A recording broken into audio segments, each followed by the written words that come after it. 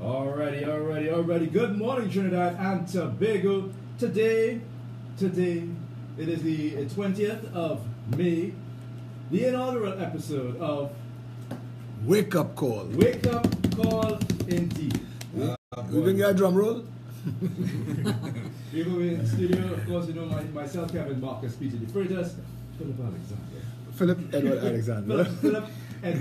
Alexander. Good morning, Trinidad and Tobago. Good morning to the listeners at 104.7. I thought I would introduce them. Excuse me, would you cut me off there? Not at all, no problem. Go ahead if you want it. Janice Lemon Cookie, PRO of the Progressive Empowerment Party. Yes. Good morning. And of course, Anthony Defoe, PEP Media Director. Morning, Trinidad and Tobago. See why I should have been the one to introduce them?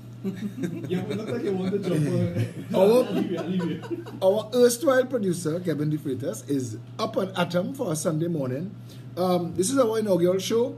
This is something we hope to be doing every Sunday morning between 8 and 10. And we call it the Wake Up Call. For a lot of reasons, it's early on a Sunday morning. If you ever wondered how to test your love of country, set your alarm for 6 o'clock on a Sunday morning to come and do a radio show. That's an early morning flight. This is tested love of country. Because this is everybody now who's in the studio. And I must say, I'm happy to see Anthony Defoe because I understand last night Tony was out and about meeting the constituents. Yes. Yeah? Speak into the microphone, sir. Yes, I was. You I was. meeting the constituents of RPT Avenue. Wake Up Call is not going to be the same. I mean, we're going to be dealing with issues, and some of it is going to get serious, and some of it is going to be light. It's going to be a conversation and an exchange. Those of you who are on social media with me right now, feel free to share it with everybody. Those of you, if you have any difficulty with the audio, because as of late, that's a new thing. Maya Khan, at the end of this, will be uploading a YouTube version. The Progressive Empowerment Party has a YouTube channel and is in everybody's best interest to subscribe to that in case you miss out on anything else that we're doing. So, without further ado, Indeed. we get into the current affairs and the situations for the day. And that would instruct our conversation. Yes? Before we got on air, Janice and I were speaking about, past couple of days, the importance of a free media in a democracy. In Trinidad and Tobago, the same paragraph of the Constitution that speaks the freedom of the press and the protections for the freedom of the press into being first recognizes the right to the citizens of freedom of political association. On the list of freedoms that we, the people of Trinidad and Tobago, agree as our supreme law, the freedom of political association and freedom of speech comes before the freedom of the press, and that happens for a reason. We find ourselves in a situation now where the newsroom is controlled by the boardroom. The Progressive Empowerment Party has had 47 weekly meetings since its inception and launch on January 17th, 2017.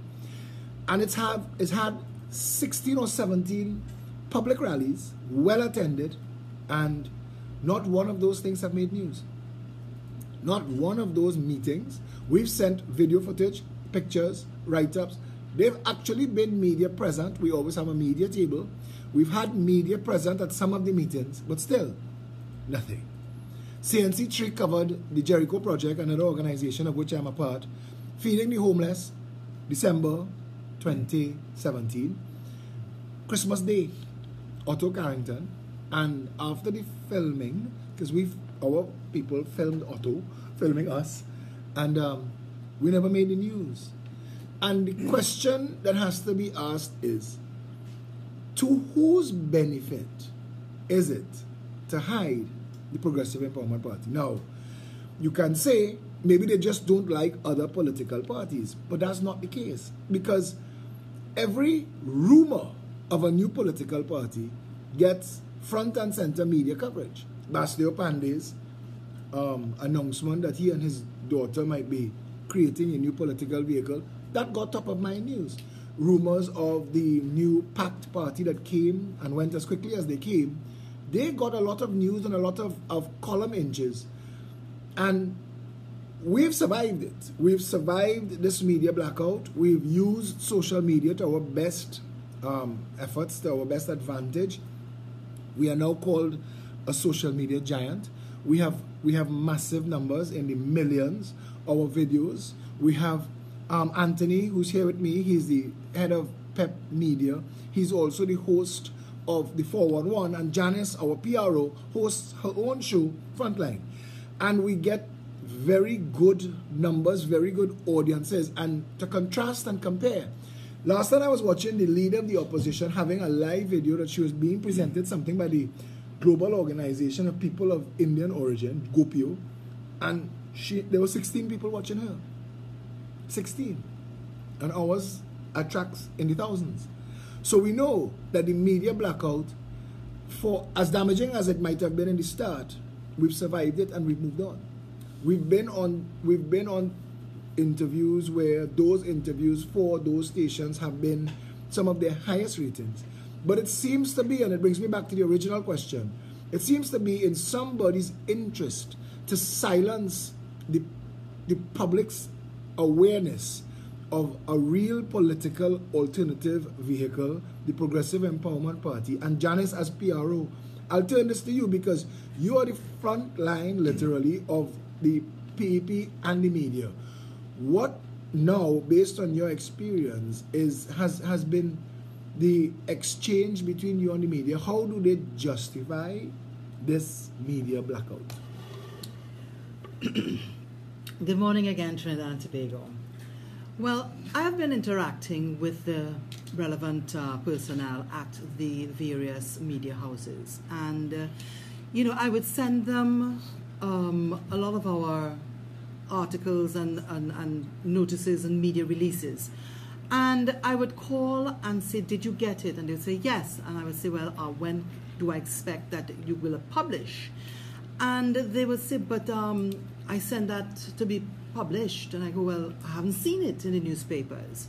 So then I would call them back. They'd say, well, okay, let me go check and, and call me back. So I would call them back. And then they would just say to me, well, I know I sent it to be published. And obviously, to my mind, I think that somebody literally blocks our media releases from being published.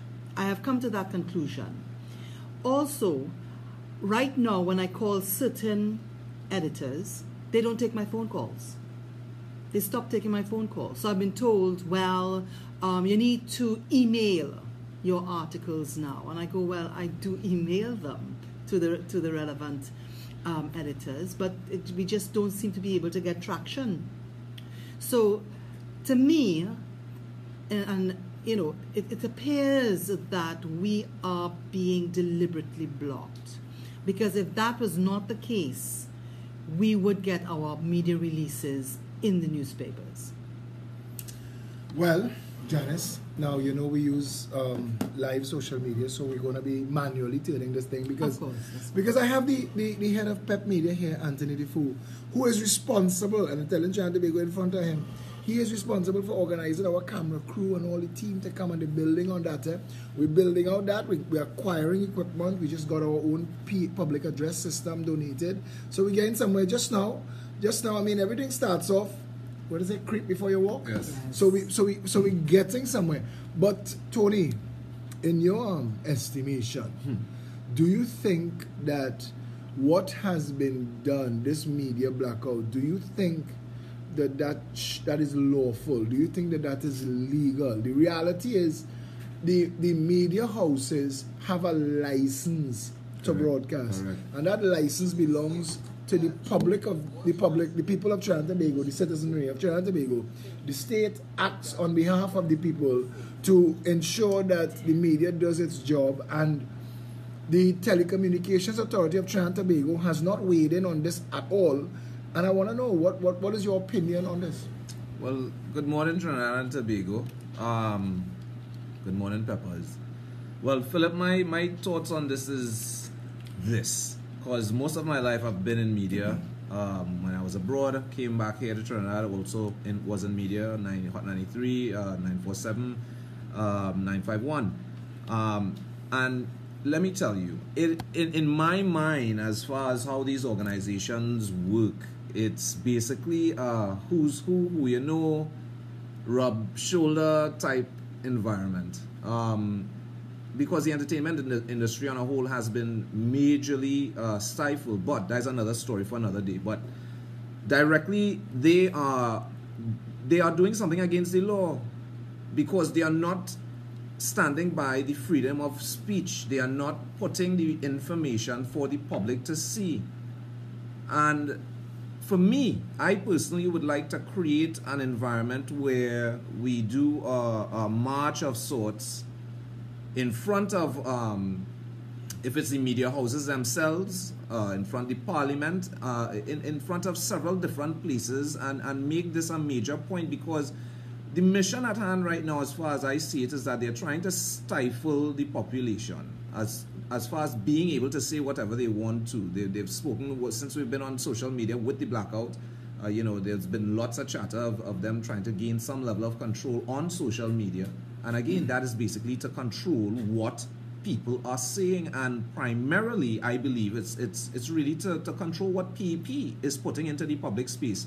Because since the PEP has come onto the scene a year and some months, the population has never in its history gotten the type of information that they're having right now, and it's allowing people now to think outside the box.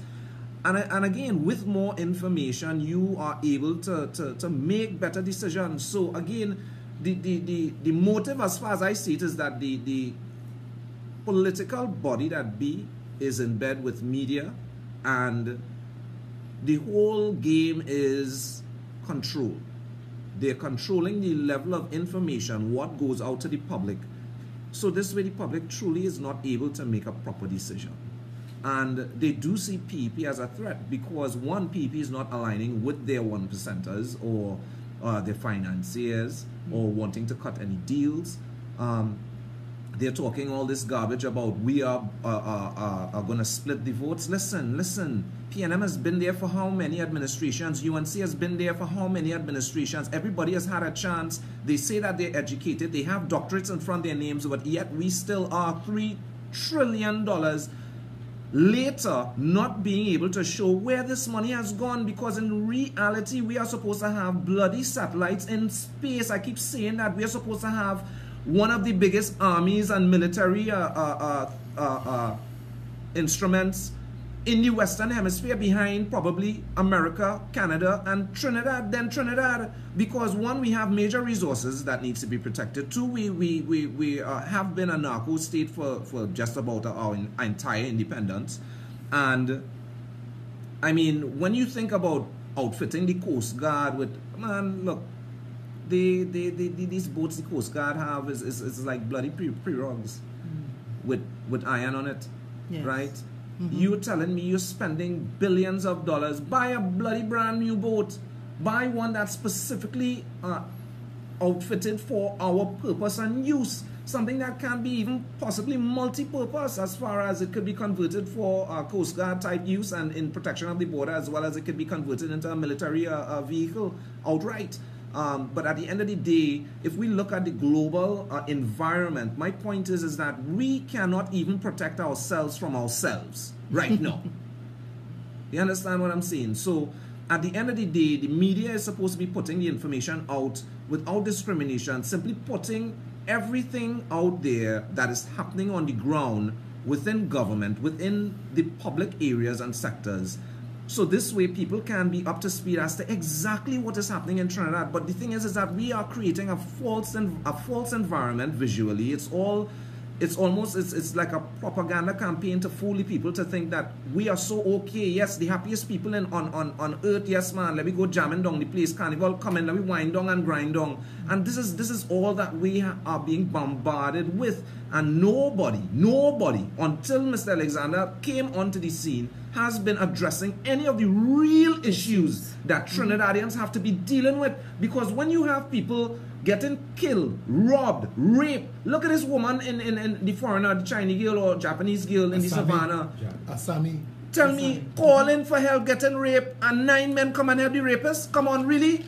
And then we want to say We want to market tourism. We want to do all. Listen, the blame game, I had enough of the blame game. I want action. That is why I'm a part of the PEP. That is why I've basically given up my life to try to make. Listen, Trinidad and Tobago, I'm a normal person. You know, I have made mistakes in my life. Everybody has made mistakes in our lives. We come out the womb and we go through a learning experience. And it's that experience that brings us to a point that allows us to be better people. And my point is that PEP has been able to get it's unbelievable. Just yesterday I was talking about this. PEP has drawn an unbelievable number of intellects, thinkers. Listen, it is amazing, Trinidad and Tobago, to see what the heck is going on with PEP, because the level of people, both abroad and local, that is coming together to support the cause of the PEP. It is, listen, Trinidad and Tobago is going through a historical phase in its history right now, and mark my words, this time will be printed in Trinidad and Tobago's history.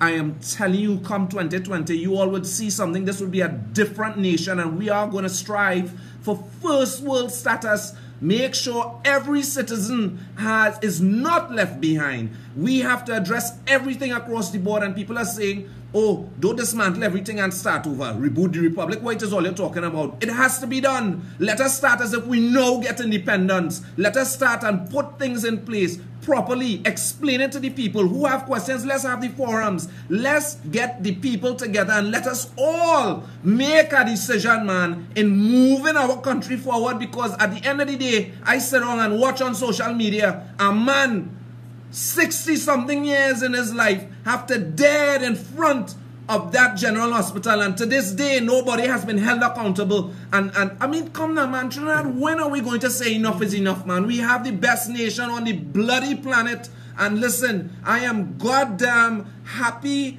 and listen, at the end of the day, I left America for 20 plus years with a plush life and everything just perfect, knowing I am a second-class citizen for the rest of my life in these people's country, when I have one that is the absolute best in the, oh my gosh, I'm on radio, I have to remember that, in the world. I will end it right there. A wake-up call indeed. The name of the show is Wake Up Call, and you're seeing the difference this morning. That is the same Anthony the Food that's loving and laughing on the 411.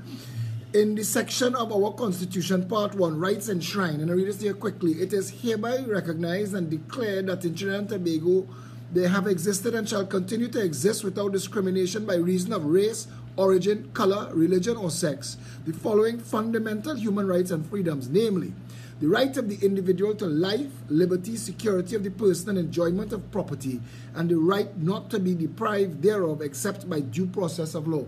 I am reading this because this is the Constitution of the Republic of Trinidad and Tobago. And if you did not know this, the Constitution of the Republic of Trinidad and Tobago is the supreme law. It is more important than the Parliament, the police, the DPP, the justice system. Everything that exists in Trinidad and Tobago is spoken into law, reflective of and from the Constitution of the Republic. When we say undo and redo, it is this Constitution we want to go back to. When Basdeo Pandey is walking around telling the media we need Constitution reform, he's not telling them what he's talking about. I think it's a sop, because we read our Constitution regularly. There are some things that could be changed, that should be changed. There should be a separation of the legislature from the executive, which means no member of parliament elected to office to oversee the constituency for which they were, and the needs of the people, should be appointed a minister. Ministers should be hired to do a job based on terms and conditions and goals and objectives set for that ministry. But we will discuss that at another time.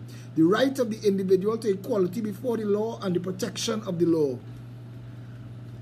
The right of the individual to respect for his private life and family life. The right of the individual to equality of treatment from any public authority in the exercise of any functions. The right to join political parties and to express political views. The right of a parent or guardian to provide a school of his own choice for the education of his child or ward. Freedom of movement. Freedom of conscience and religious belief and observance. Freedom of thought and expression. Freedom of association and assembly. And lastly, freedom of the press. And the reason I read it like that is so that you understand the Constitution of the Republic of Trinidad and Tobago guarantees all the rights and freedoms of a first world nation. Do we get them? Not at all. No. Not But at all. I want to make a comment here, guys. The fact is that we had the blackout from the media, in a way, has been to our advantage, because we have had to think outside of the box. We have been the first party to truly start using social media to get our message out to the people. People have told me that they no longer buy newspapers, they no longer watch the news, but they're on Facebook because they want to be in touch with their friends and families abroad. So And the news is broadcasting stuff that's already happening on Facebook. The social media that's gets correct. it first. Yeah. That's correct. Social media gets it first. That's right. That's right. So, in a way, the positive that has come out of the blackout is that it has made us into a party whereby we have been able to use alternative methods, which has helped us greatly.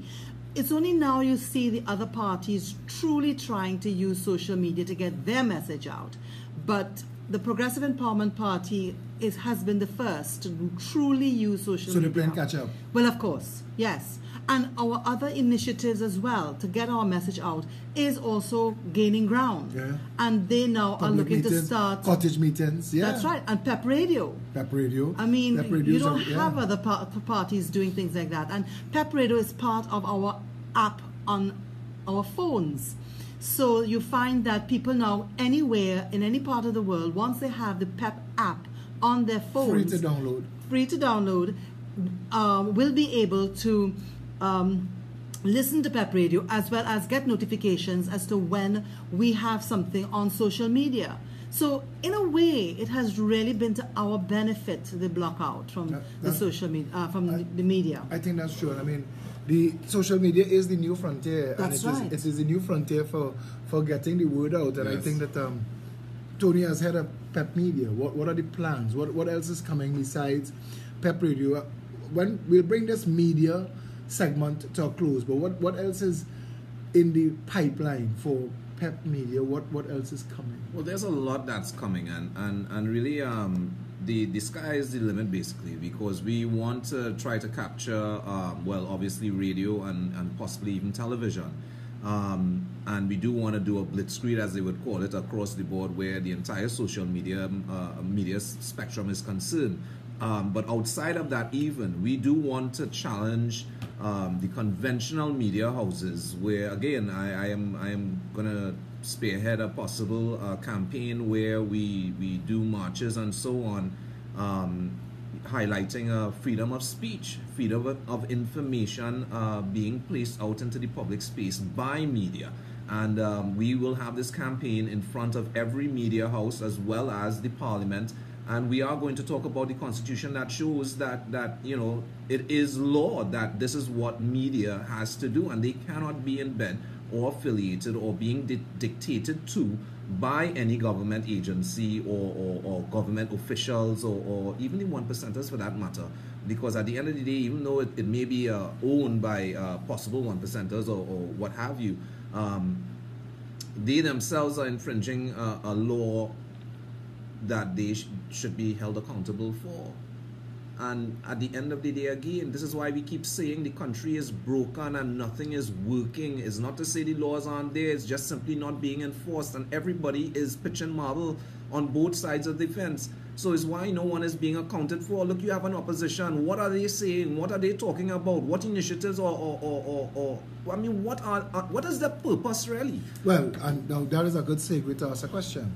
Because at the end of the day, a political organization is supposed to stand on its philosophies, its ideologies, its plans, its programs, and its That's policies. right. The Progressive Empowerment Party has come out of the gate with some very strong policies: national security, education, healthcare, home ownership for all.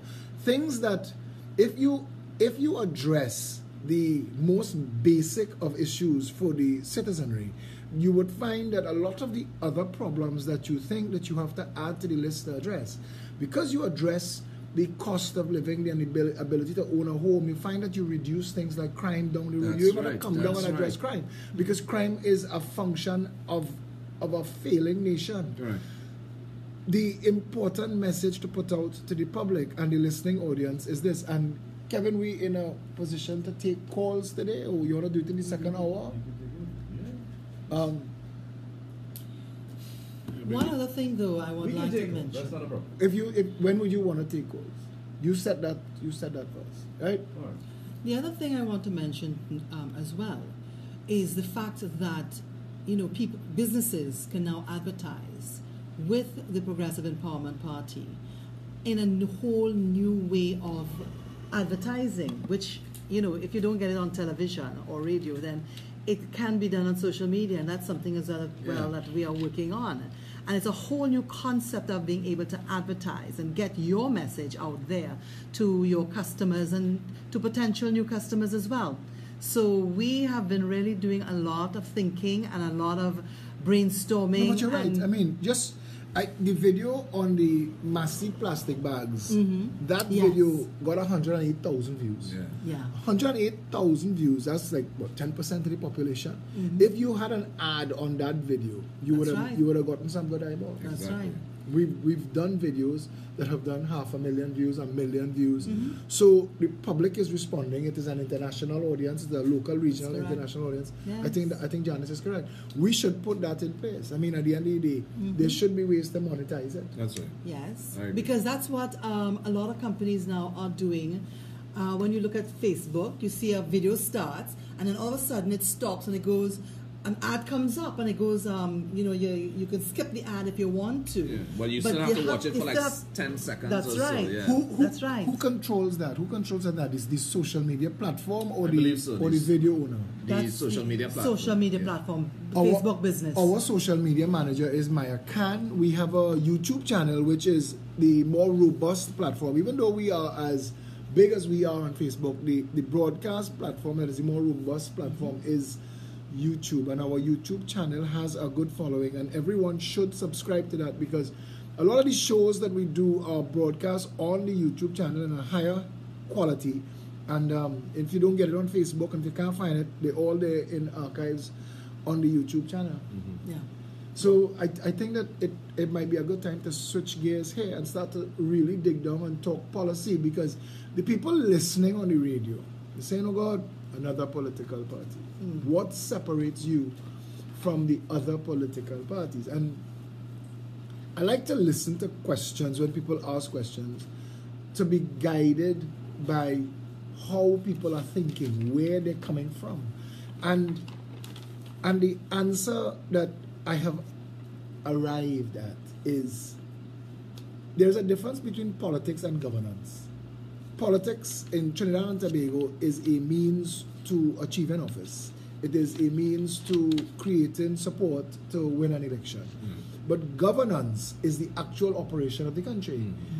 We get a lot of politics. The media gives us continuous politics. The exchanges between the government, the administration, and the opposition, that's politics. Right. That's not governance. Right. When you turn on the Parliament channel and you listen to the debate, and they're discussing an issue, but every member of Parliament who stands up tries to outdo the one before Correct.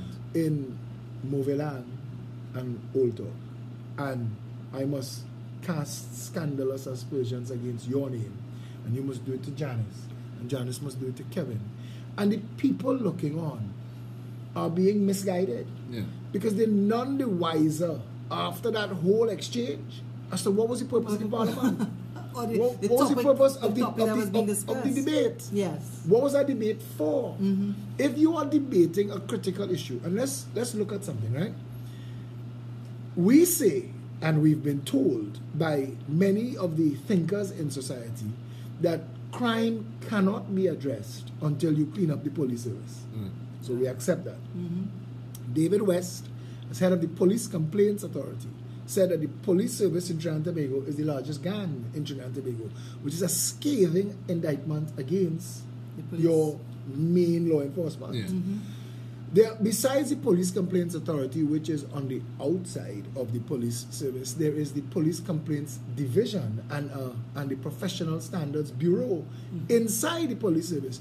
And all three of those organizations have a responsibility for getting police officers to function properly. But we know, and we have in the public space, Trinidad is a unique country in that nothing really works. So we have no way of knowing what really transpires with anything. You brought up the issue with Asami.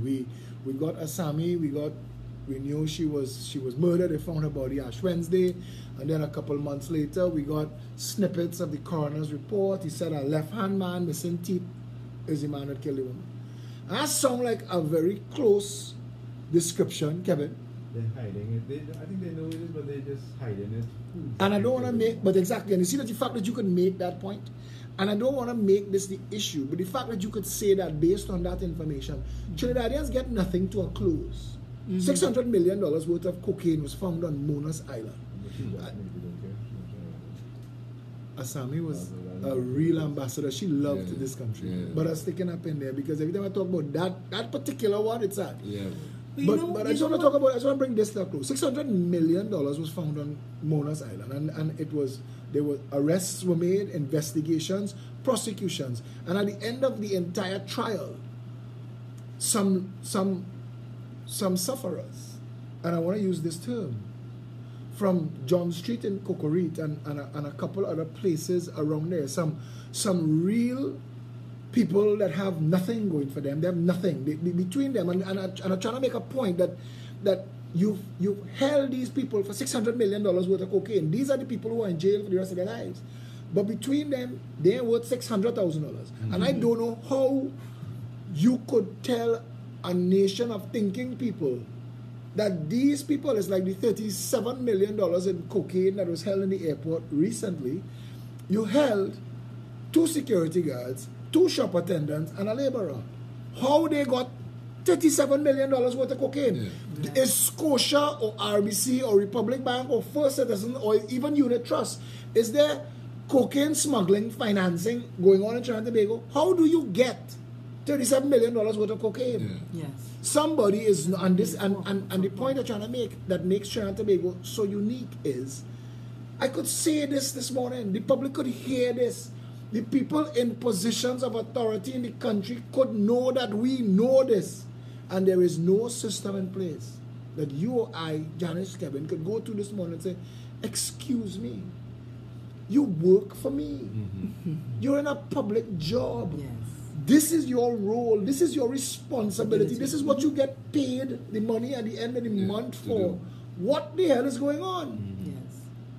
Where is the plan to fix national security in the country? I come back to the police service. You cannot have the PNM and the UNC routinely saying to the nation in the parliament that the police service, because it is not cleaned up, because there are rogue elements within the police service, we can't fight crime. But you are the parliament. The constitution that I just read, the constitution speaks the police service into being by a law. Parliament writes that law. Right. Those 41 people could go into the parliament today and not come out till a law is written that gives us a proper operating police service. The Progressive Empowerment Party proposes to undo and redo the way the police service is precinct and the way the police service operates. No more reactive policing. We want proactive in the community policing. We don't want police officers sitting down in the police station waiting for you to come and make a report. We want police service. We want police officers on the beat in the community, getting to know the people in the community. You know the officers on the 3 shifts that make up the 24-hour day. They know you. The command vehicle that supports all of them, all of you get to know all of these officers on a first name basis, because you live in here and they might need to stop and say, hi, how you going, is everything okay? And over the course of days, weeks, months, years, you get to know the police officers that secure your area. They get to know who are regulars. Yes. Yeah. And who all outsiders. You know, all of a sudden I see a couple of guys. Yes. No, but you know, they stop and they say, hey, you know, what's going on? You know, why you're here? Because you're looking suspicious, and we need to ask. There's suspicious activity. Correct. If you make a phone call to the police, and all of this is, we talk about an internal affairs. We want to bring an internal affairs department that has as its responsibility the arrest and prosecution of criminal elements within the police service. That is their job. Correct.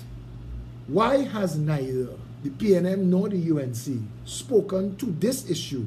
Why do they speak to the issue as if it is a problem that cannot solve, that you need Mother Lakshmi, Muhammad, and Jesus Christ himself to come to earth and to Trinidad to fix? Because I am saying to Trinidad and Tobago, when the Parliament was caught with its hand in the cookie jar over Section 34, they convened Parliament and wrote a law in 6 hours. They wrote a law because abolishing a law, believe it or not, requires you to write another law that abolishes the first law. So, but they did that, and they went in that hallowed space, and they did the job that Parliament is supposed to do. And I'm asking, Parliament is the legislature, is the supreme, is the highest court in the land, and it has a role and it has a responsibility, and that role and responsibility is not bacchanal and old noise. And I'm thinking, how do we get Trinidadians to understand that the reason things are as bad as they are is deliberate and by design and not accidental? Stick in that. Well, my comment would be, where there's a will, there is a way. And right now, nothing's happening. I don't understand it. Everybody keeps asking the same questions. Why is it we cannot seem to be in a position to clean up our crime? Why can't we secure our borders? Why is it that we have all these drugs being found and nobody of significance is being arrested, charged, and jailed? So you have to ask yourself, what is the reasoning behind not fixing the police service and ensuring that the citizens are being protected?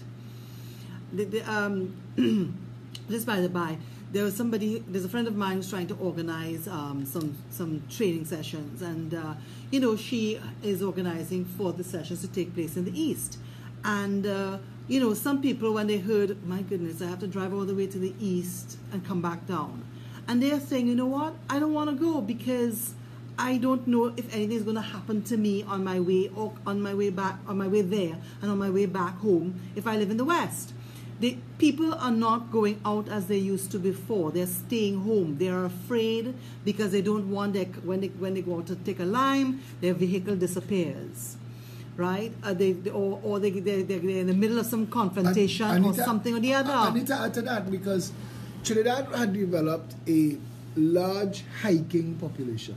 Yes. Hiking became a big thing. Correct. There was a hiking community, and this is beautiful. This is outdoor activities, getting to know your country, and it was growing at a big rate. It could have been a tourist product. That's right. And then all of the people who were hiking stop hiking because they've gotten themselves in situations where they come back after the hike and all the tires gone from on their cars, and the cars broken into, they stole everything, mash up their windows to get into the car. And all of this is going on in an environment where law enforcement does not seem to be able to live up to its own name. We're not enforcing law. Yeah. We're not enforcing laws, not the laws that matter.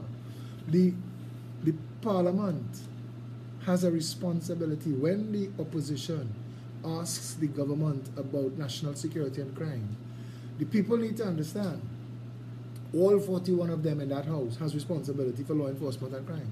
It's not just the government side, it's both of them. They have a responsibility, all of them. They are representatives of the people first. And that's how they end up in that house. And they are representatives of the people on the premise that the well-being of the citizenry is the function, purpose, and reason for government. Right. If you are not seeking the best interests of your constituents, you have no role in the conversation. That's right. Well, you're talking Greek for them there, That's some of the language you're talking there. Because when you talk and say the role and purpose of government is the well-being of the citizens, I want Trinidad and Tobago to say, show me who, as a normal man, woman, or child in Trinidad and Tobago for the last 50 plus years, truly benefit from this nation wealth, from anything at all, from anything at all. You can't talk about CPEP, you can't talk about URP. Oh, that is to help people. You can't talk about the NHA houses, these, I mean, come on, man, poorly built. I mean, listen, there's just so much hemorrhaging happening within the economy of Trinidad and Tobago. Look, if we were to stop that hemorrhaging, we can probably, I mean, there's no doubt we're going to be a first world nation. But if we were to simply take the hemorrhaging on one side and split that among the 1.45 million people that on the island, that is actual citizens, let me tell you something. Every year on your birthday, you could be going home with a nice check. Yeah. Stop the hemorrhaging. The budget is what? 60 billion?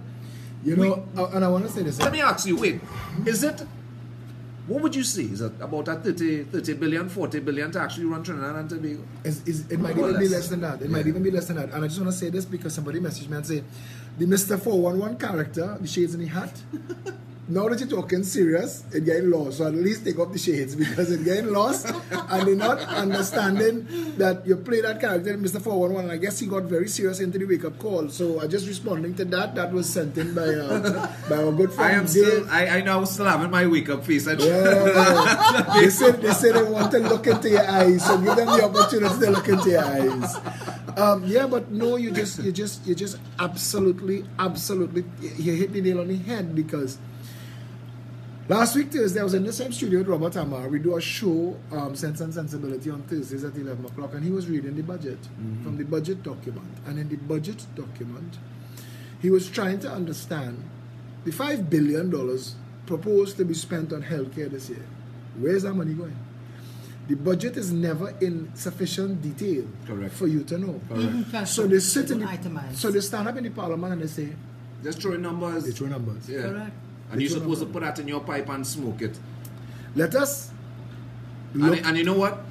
Just why I would say that too. I've done construction in Trinidad and Tobago, and when we talk about a $10 million walkover, brother, I'm putting up a whole upstairs and downstairs house for under $1 million. And I'm talking about with steps, with roof, with... No, but you see, it comes back to the fact that the PNM and the UNC understands that as long as they both continue to keep each other in existence, they could all make off for the national pie. Correct. Their financiers, their friends. You have situations where, and I mean, we know people, Trinidad is a small place. Trinidad is 1 million plus people. Right. So when somebody who you know, making ends meet, living a life, get a contract with the government, and all of a sudden is a multi-millionaire.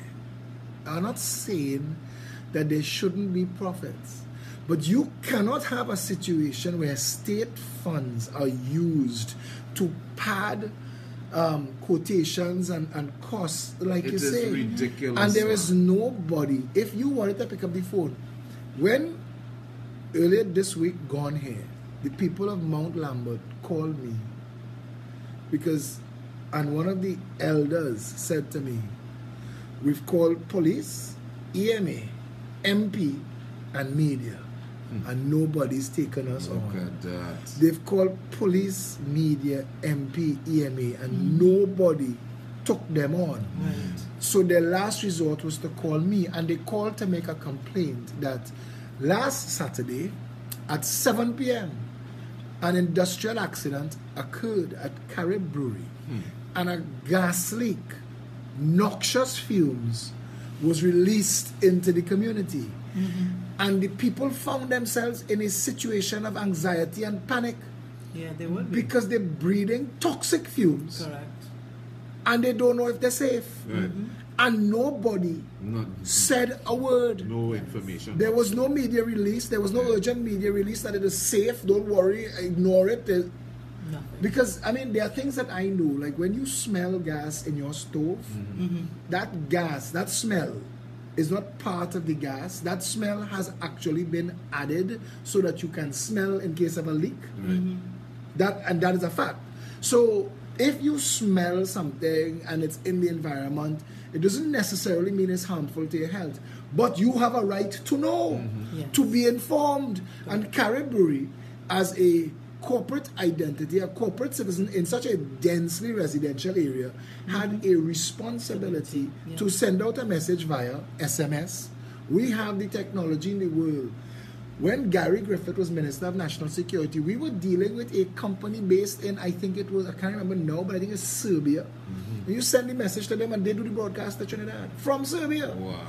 And you could target through B-Mobile and Digicel, I mean, I don't know if neither the PNM or the UNC have this level of thinking yet. But you could target on the cell towers that this broadcast is only going in Mount Hope, Mount Lambert, Shafley, the environs of Caribbery. Right. So this is where the accident occurred. So they don't panic the whole nation. Right. Correct. Just these people get an SMS that says there was an industrial accident, there's a gas leak, we're fixing it. The gases that you might be smelling, as inconvenient as it is not harmful to human health. Right. We apologize. Right. Yeah. If it is harmful, you give Which is direction as to where correct, they need to go. correct. But if it is harmful, vacate your home because Correct. you need to do it. Yeah. They could have also used car speakers on the cars, drive That's around, correct. tell people Would have been the better thing to the use. same brief message. The That's same right. brief message. You And could have just used drive around and let people know. breaking news on radio, on TV. The same Carib Brewery is a part of the Sabga Ansa Makal organization that owns Guardian Media and CNC3 and radio stations. So they could have put it out through the media. So when Granny pick up a phone to call her grandson to panic, he said, "No, Granny, I just hear on 95.1 that there's not anything to panic about." Yeah. You sure, son? Yeah. Yes, Granny. Okay, cool. Because it's anxiety. Yes. And that is a serious situation. That was traumatic to these people. 4 days later, by Thursday, not one media house in this country. So that blackout wasn't just for the PEP. They used this to their advantage Correct. or to benefit them. By Thursday, nothing in the media. So they called me. Yes. And I called around, live on social media. And we found out from Carib Brewery that there was an industrial accident and there was a gas leak. Yes. And then we found out from the EMA, yes, they are aware of it, but it's been hush-hush and investigated. And then we spoke to the public relations officer of the Ansa Makal group who promised 5 days ago. She handled me, and I know she was handling me, Sharon Malroop. She's going to send me an email. No, give me your email address. I gave her the email address live. Still ain't got the email.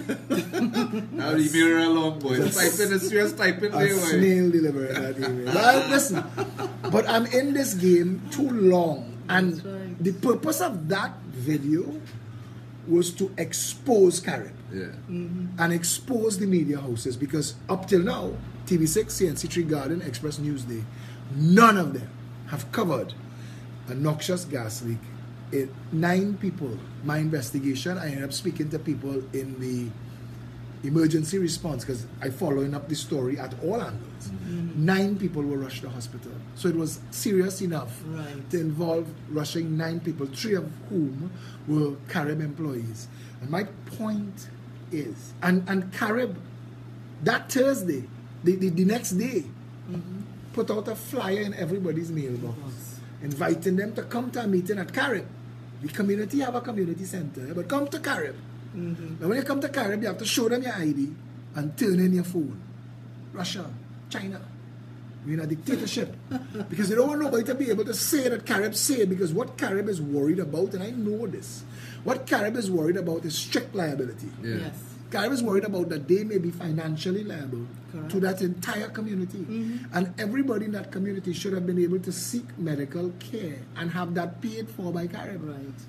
Because they don't know the impact of what they were inhaling could have had long-term This is it. This is it. And implications. again, we come back to it again. Trinidad and Tobago, not giving the nation and citizens the information that they need Yeah. in order to make better decisions. And the question is are we going to wait for this to actually reach a national level where every citizen have to be directly affected? I mean, that's when it all fall along, you know. That's when we are like either Haiti or Venezuela, all right? When all these citizens are actually in a mess, where money does not matter, how much you have, you know what I mean? People are not robbing you for money or your assets or anything like that. They're robbing you for food. I mean, that's the road we're on, man. Trinidad and Tobago, our media houses are not doing the citizens right. It's that simple. And we need to take action in bringing it more to the forefront of the public space. Because look, this is not just about us. It could be any one of you who choosing to start a political movement for yourself, You don't like the PEP? Start one yourself. But even if it's not as much as a political party, your right to speak out, that freedom of Correct. speech, Yes. it transfers to a media broadcast. But you let's- have a right to have your message heard. That's the right. Airwaves that CNC3 and TV6 broadcast on are not owned by CNC3 and TV6. They're owned by the people of Trinidad and Tobago. That's right. It is a privilege that is afforded to CNC3 and TV6. They pay a license fee for. And there are strict terms and conditions governed by the Telecommunication Authority of Trinidad and Tobago. And none of that is enforced. But back to your original point with the mishap in Mount Lambert, the point is that, again, like That's you a said... good name. I should have named the video that. Mishap in Mount Lambert. I call it a gas leak cover up. That's all right. That's all right. I'll call it next time. I will tax you next time. That brain sharp. Mishap. Listen. You're making me lose my point here. The point really is this.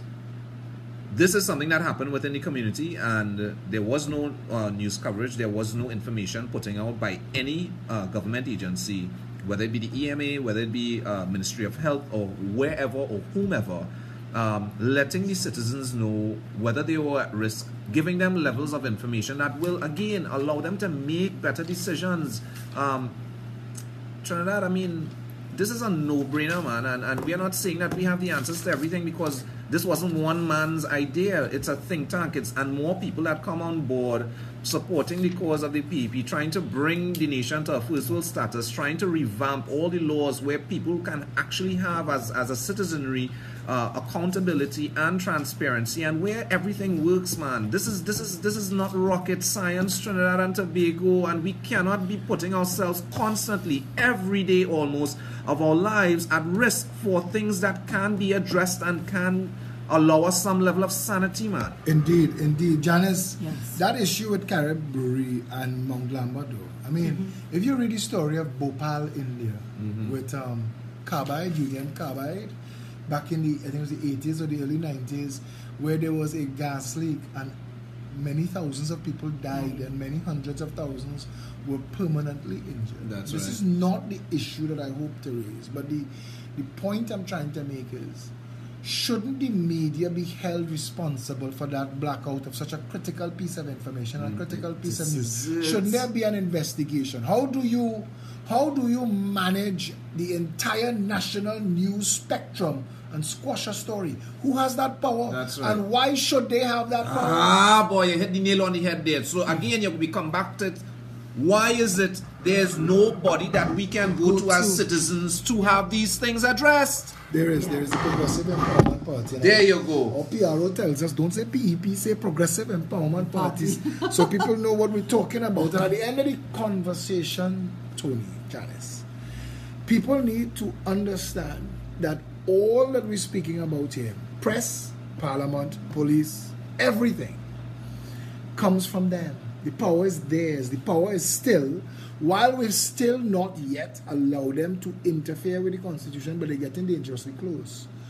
The power is vested in the people. The Correct. country of Trinidad and Tobago exists, and it exists by a law.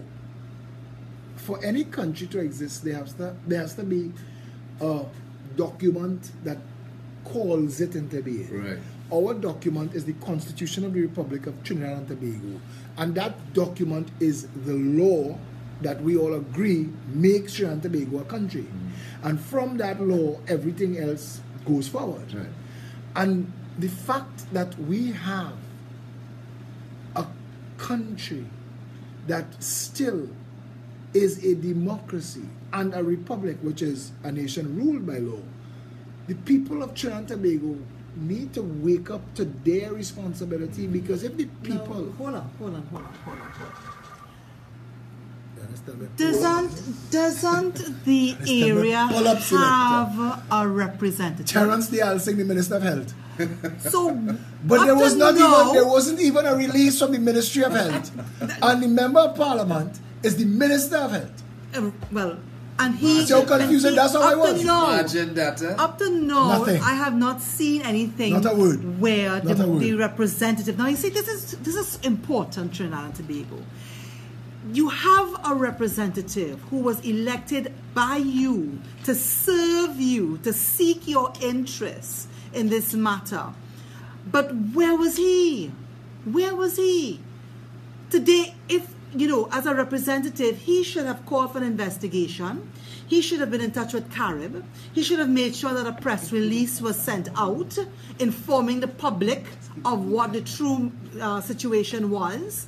He should be seeking compensation for all the people who may have been affected in the area. And it's not just about going to Carib and handing in your phones and putting your name on a form. That was ridiculous. No. That entire He should have walked his area, talked to the people. But has he put out a release yet? No, as I haven't seen anything. But as a representative of the constituency, That's right. he should have been the one to say Thank you. to Carib Brewery, listen, you are a corporate citizen in the constituency that I manage. That's right.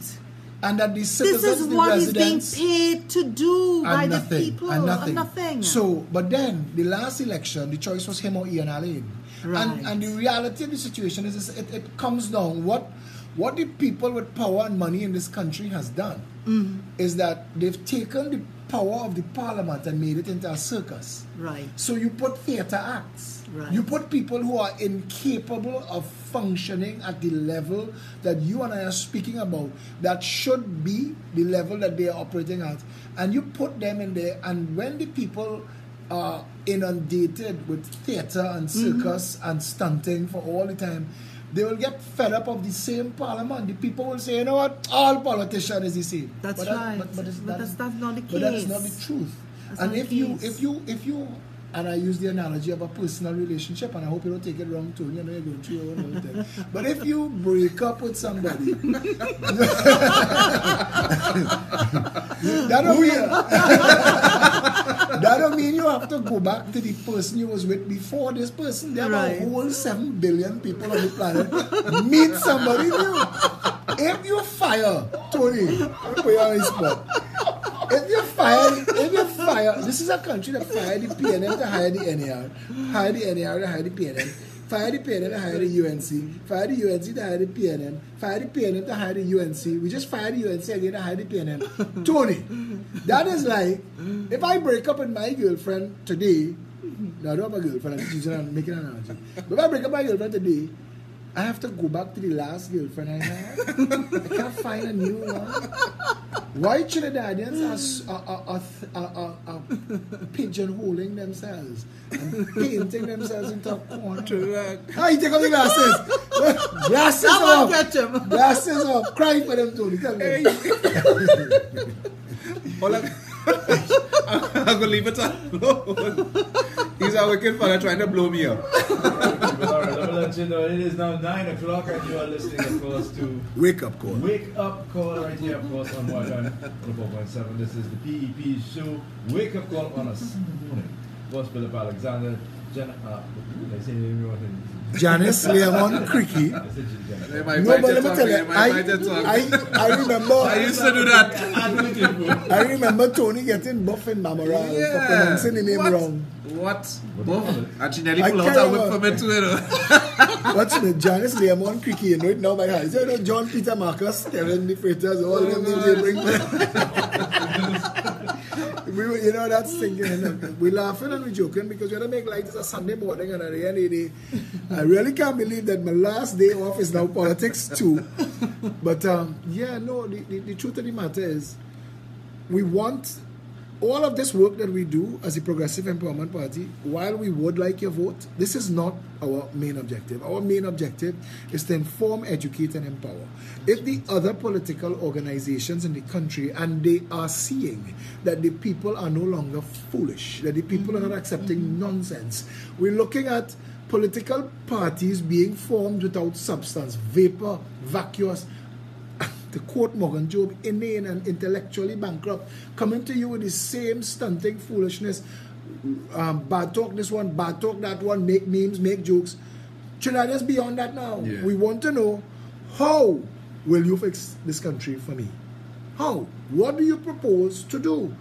The Progressive Empowerment Party's range of policies, and I guess as we're in the second hour, Janice, we could segue to policies. Yeah. And we'd have to do all 21 today, but I mean, and these are just the policies at a glance. Our manifesto is called Reboot the Republic, and our main policy is called Undo and Redo.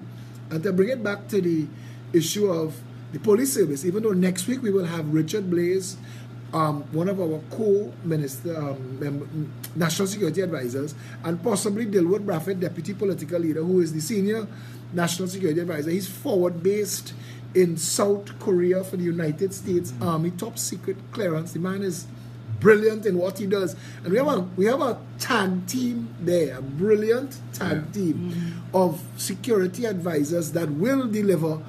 And when you I don't want to stay on that point too much, because next week we'll be talking national security, but I guess national security is what's important to people. Janice spoke just now. People want to go and do their little outing and they can't go. Right. Somebody suggested, they called in and they asked, they want to do projectors and they want to do pep meetings outdoors, and we bring the chairs and everybody line, but they were just concerned about their safety. Yes. Correct. But if you don't have depth of policy, and I sat here and I explained to people, and I do it all the time, how an ambulance service is supposed to work. That when you call the ambulance, the person receiving the call, that first person is responsible now for your life in a developed nation, not in Trinidad, in a first world nation. And this is how it's supposed to be. Correct. And that person is trained and before them, they have a computer program that is prompting them to ask questions that is critical information for the ambulance driver, the paramedics in the back of they need to know where, they need to know what, they need to know who, why, when. So the call center operator is trained in this, and that person is asking you for proper directions, and they want information. The first thing they ask you is, what's the nature of your emergency? And they're typing in, and it is being recorded, because if you die at any point from this call to your being seen in a hospital, treated and released, if that doesn't happen, if you die at any way along the way, there's a mortality conference that is called, and they want to know who failed in the chain of your emergency. Because, unlike a heart attack, if you're having a heart attack, or if you sever a body part and you need to have it reattached, or most dismemberment accident injuries, what happens is within a window of time, they call it the magic hour, within a window of time, tissue starts to die. If you don't fix it, if you have a heart attack and you don't get to the hospital quickly, if you have a stroke and you don't get to critical medical intervention quickly for them to restart whatever is the problem, tissue starts to die. Brain tissue dies in a case of a stroke, heart tissue dies in the case of a heart attack, and you get to a place where it creates a critical cascade, and then all your organs start to fail and you die. From the position of an ambulance, and I just put in this out there so people understand how things are supposed to work. This person asking you questions, and he's typing it into a program that while he is talking to you, this program is instructing the paramedics. It's been routed. Your call automatically has been routed to the closest ambulance to you. They are getting information while they're rushing to get into the bus and get to you. They're getting information of the exact location. It's programmed by GPS. The van is trying to drive itself to you. The people in the back of the van, they grab, when they ask you what is the nature of your emergency, it's a car accident, it's a heart attack, it's a stroke, it's a snake bite, it's poison, he's been stabbed, he's been shot. They know which one of their emergency bags to grab, throw in the van, they go in with that. Because they come in to meet a gunshot victim. They have certain protocols, certain things they have to have ready in the back there.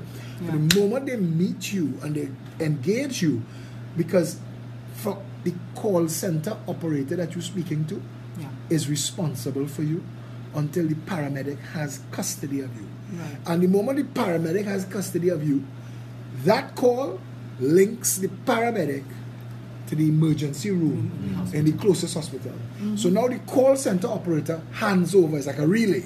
The paramedics now responsible for you.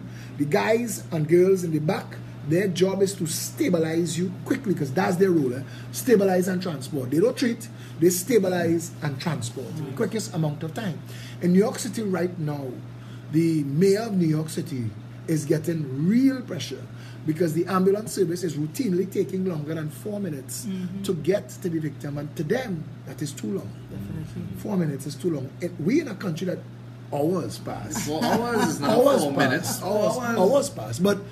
But this situation now, so the paramedics now have control, custody of you, and while the drivers are finding the shortest, fastest route to where you are, to where the closest emergency room is, the people in the back are stabilizing and they are reporting to the emergency room. Now the emergency room personnel are being prepared the same way the ambulance was prepared before by that call.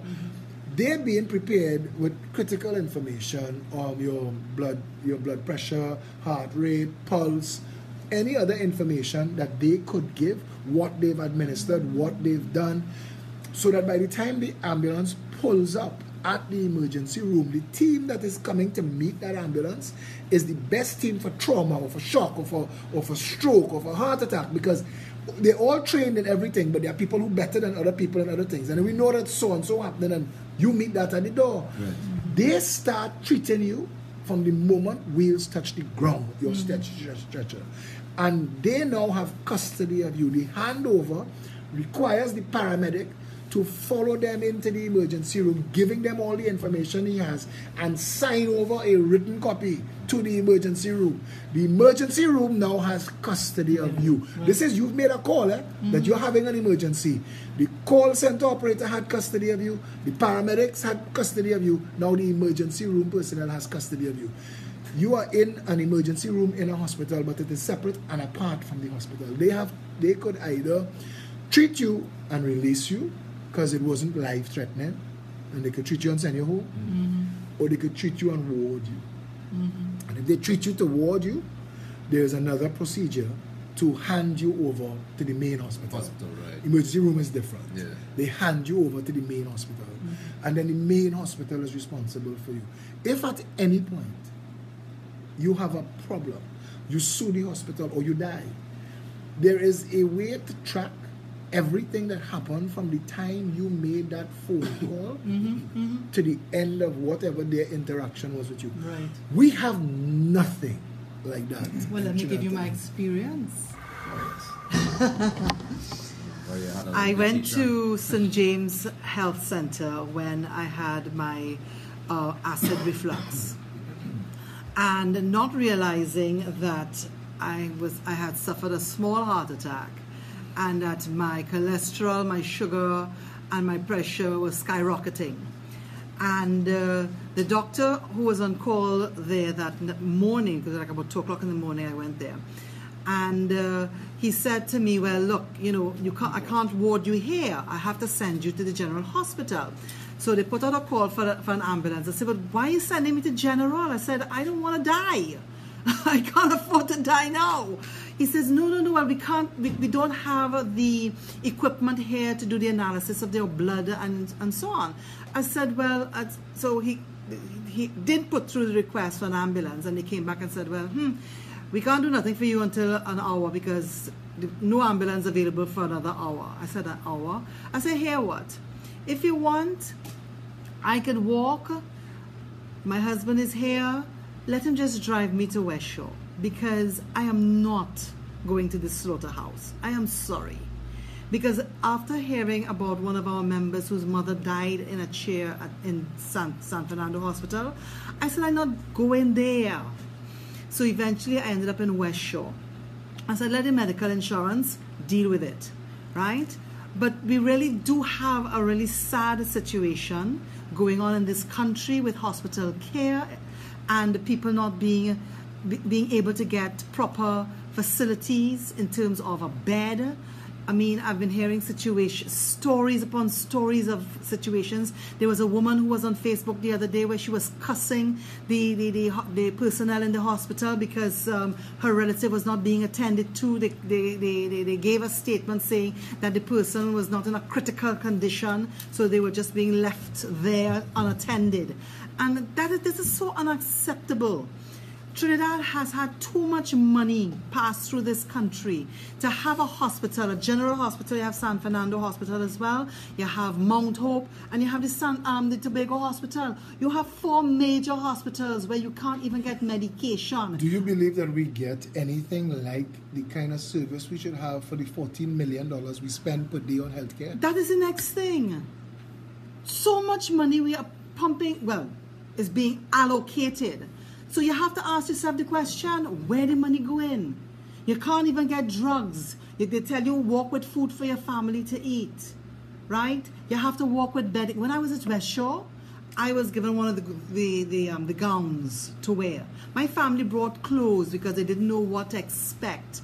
I had a gown to put on, right? So therefore, why can't we get that in the General Hospital? When my mother was there, they had her in one of her dresses on the bed, lying down, and on a sheet that couldn't even fit the mattress on the bed, and in a little cupboard next to her bed. When I opened it, it was reeking of urine because they just took her clothes that was filled with urine and drop it in the little cupboard. Why? You hear so many horror stories. I mean, it's unbelievable. So where is the money going? Janice Christopher Phillip. Yes. Was there ever an inquiry into that gentleman who was tossed out of the hospital and allowed to die on the hospital's lawn? No, there wasn't really. Was anybody held accountable, No. responsible? No, it's unfortunate. $5 billion is spent on healthcare in this country every Well, year. every time... $5 billion. $5,000 million. We've spent $50 billion in the last 10 years. If you gave me $50 billion and 10 years, I would give you a world-class health sector. Yeah. We could have medical tourism. We should have linked our hospitals to the University of the West Indies and the University of Trinidad and Tobago. All that money spent on the University of Trinidad and Tobago, people should be coming from all over the world to study medicine in Trinidad. Correct. That and have a university hospital as well. That could be a now, massive money spinner right there. One thing, sorry. We are in the process of building a hospital in Point Forte and one in Arima. Why are we building 2 more hospitals when the major hospitals in Trinidad and Tobago are in dire need of repair and supplies? Jeffrey McLean. Why? Jeffrey McLean, well-known architect, head of Citizens for Conservation, wrote, produced, I swear, it has more pages than the Bible, documentation as to the situation, the critical condition of the Port of Spain General Hospital. And that the Port of Spain Hospital, in cases of severe natural disaster in Trinidad and Tobago, may not stand. Port of Spain General Hospital cannot stand an earthquake now. Port of Spain General Hospital may not survive a hurricane. So after the disaster, when you're looking for places to take the wounded, your hospital is gone. And instead of repairing and retrofitting, Port of Spain General Hospital, we're building Arima and Point Fortin, stunting, because those things do not require us. We're not required to have hospitals there. What Trinidad needs and what the Progressive Empowerment Party proposes are 41 proper accident and emergency, like we just spoke about there. That emergency room, that's critical. And we're talking about 41 accident and emergency centers with minor surgery suites that could remove a bullet, could reattach a severed limb.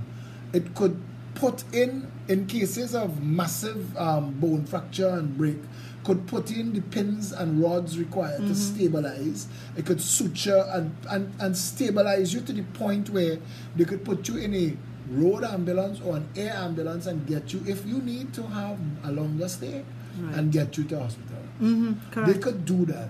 But you could put a critical care accident and emergency in all 41 constituencies. So you get an emergency, you're having a heart attack, you think you're having a stroke, you think you're being poisoned, and you're choking something. All St. James Health Center needed at that point was a proper lab to test my blood at that point. That's the only Janice, I reason want to tell you this. that they were going to send me to the general I'll hospital. tell Trinidad this. The lab you're talking about, most of the tests that they have to do on you is one strip. Yeah. They have one strip for your blood and one strip for your urine. And they're looking at markers. Right. What are certain levels of certain chemicals in your blood, and the ratio of them could tell them, and it could suggest, like when you go to test for prostate cancer, the first test they do is to see if there are cancer markers in your blood that says this is going on in your system. Right. That is important. But when we say you need a lab, it sounds like $100 million investment. A lab not. operational. You see Vic Labs, or you see the labs at West Shore. Yeah. That's where I go and do my blood test. I mean, it is a space smaller than the studio. Right. You have 3 chairs and a room in the back where they do all the testing. So it's just technicians Right. applying solutions and this, that, the other to all the systems. I'm not trying to make light of it, but it is not rocket science Correct. to have a lab running. That's right. If you're spending $5 billion on healthcare, why is St. James Infirmary not first world? Why would I have information that surgeries at Mount Hope are routinely cancelled because of rat and pigeon infestation? Wow. Mount Hope. Wow. There's been a situation in Trinidad and Tobago. I heard this from a police officer who said his mother was among a group of elderly people that when their date for cataract surgery came up, they went to the hospital. They had the drops applied to their eyes that dilated their pupils. Yes, this is what you do, right? I forgot. And that was done, and they were all left standing in the sun, pupils dilated, and then they announced to the crowd that they do not have the lenses, so that they will have to go home and come back next year. I'll give you one even better than that. I have a friend of mine who needs to get an ultrasound done. He went to the general hospital. He said he sat there waiting to speak to somebody about getting an appointment to do the ultrasound. There were other people there as well. And when they realized that nobody was taking them on, there was murmuring. They were making rumbling noises. He Like said, the lady with the video yes. He said that just went viral. somebody eventually came out to them, highly annoyed because they were asking questions. And I said, oh, you want a date? Here what? And she gave out the slips of paper. You know what was the date the nurse or whoever gave them? January 2019. Wow. To do an ultrasound. Critical information. Required to diagnose. Exactly. Required to diagnose. So let me tell Trinidad and Tobago this, right? Because what's wrong with that whole sentence? If you have to give somebody an ultrasound, it means that you suspect that there is something requiring that. Correct. So you need to use this as an investigatory device to see if it is or if it isn't. The fact that you could wait a year says that we are an insane country. But what's worse is, if the person who gave you that time doesn't think you need it, Yes. and just giving you that as nuisance is actually wasting money and wasting time. That's right. Because you're still going to go and get an ultrasound that you do not need, if that might be the case. Yes. Anyway, we would have liked to take calls, but we don't have headsets today. And Kevin has to do a lot of work, and he's not really set up to work on a Sunday. We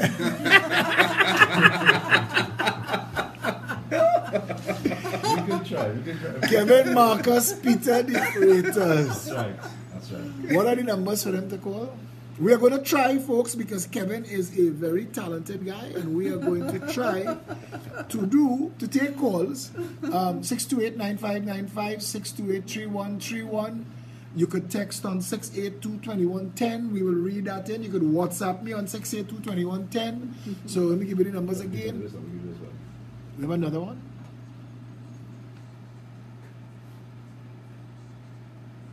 But the people are on.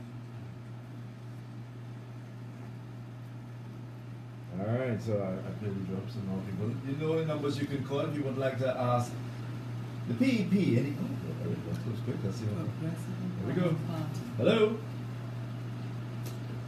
Hi, good morning.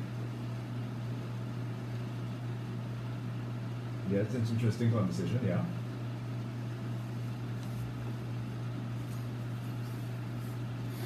Mm-hmm.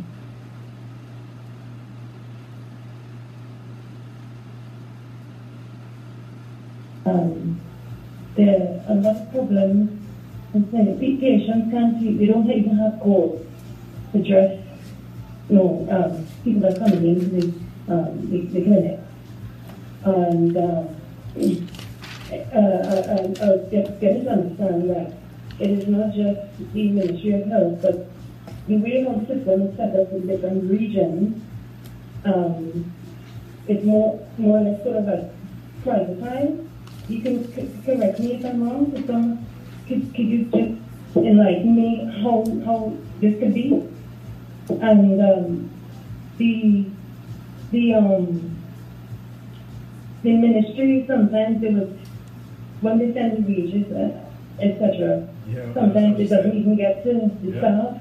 Sometimes they have to wait and the money is sitting there in the banks and they're not getting their wages on time. So the whole system needs rebooting because there's a lot of things going on which shouldn't be going on with the amount of money being spent in healthcare.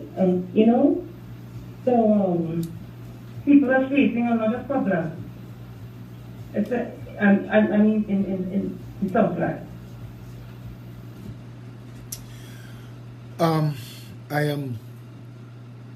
I want to say that what we have to address in Trinidad and Tobago, where public health is concerned, is that it needs to be undone and redone.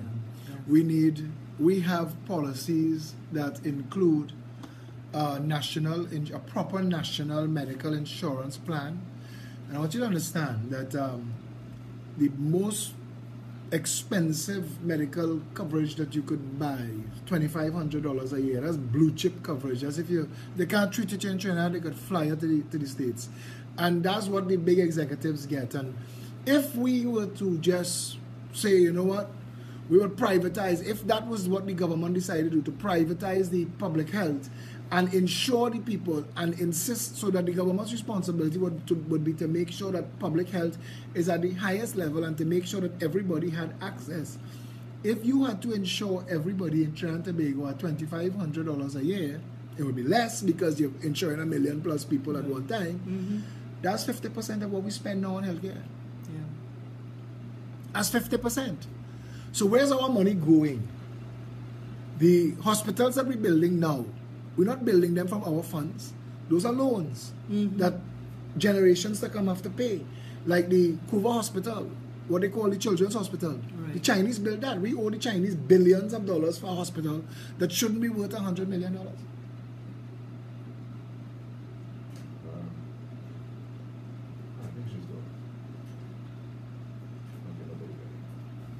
Yeah, we really have Kevin. They have about 5 different buttons that Kevin has to press. Hello, good morning.